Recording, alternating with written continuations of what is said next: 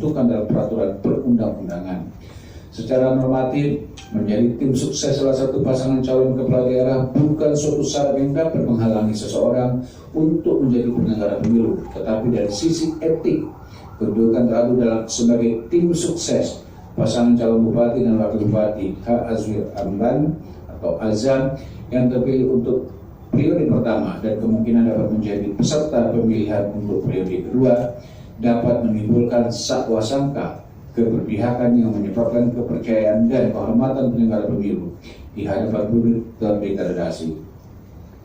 Secara etik, seorang penyelenggara pemilu saja diwajibkan mengumumkan jika memiliki hubungan keluarga atau sanak saudara dengan calon peserta pemilu dan tim kampanye.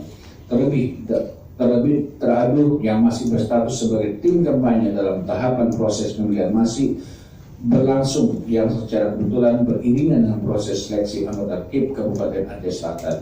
Sepatutnya teradu memiliki sense of etik bahwa penyelenggara pemilu harus terbebas dari pihak-pihak yang bersifat partisan untuk mencegah timbulnya ketidakpercayaan terhadap lembaga penyelenggara pemilu.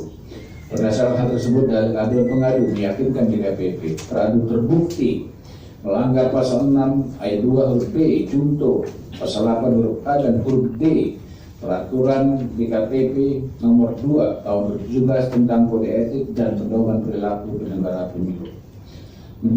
Menimbang terhadap dalil aduan pengadu selebihnya, DKPP tidak relevan untuk mempertimbangkan. Kesimpulan, berdasarkan penilaian atas fakta dalam persidangan sebagaimana diuraikan di atas, setelah memeriksa keterangan para pengadu, memeriksa dan mendengar jawaban teradu dan memeriksa bukti-bukti dokumen yang disampaikan para pengadu dan teradu, DKPP menyimpulkan bahwa DKPP berwenang mengadili pengaduan pengadu. Pengadu memiliki kedudukan hukum untuk mengajukan pengaduan akpo. Teradu terbukti melakukan pelanggaran kode etik dan pedoman perilaku penyelenggara pemilu. Berdasarkan pertimbangan kesimpulan tersebut di atas, memutuskan 1. Mengabulkan pengaduan pengadu untuk seluruhnya. 2. Menjatuhkan sanksi pemberhentian tetap kepada teradu Tengku HN Nasri Ali selaku anggota Komisi Independen Pemilihan Kabupaten Aceh Selatan Tertun sejak diberdasarkan putusan ini. 3. Memerintahkan Komisi Pemilihan Umum Republik Indonesia untuk melaksanakan putusan ini paling lama 7 hari sejak putusan ini dibacakan. Dan 4. Memerintahkan Badan Pengawas Pemilihan Umum Republik Indonesia untuk mengawasi pelaksanaan putusan ini.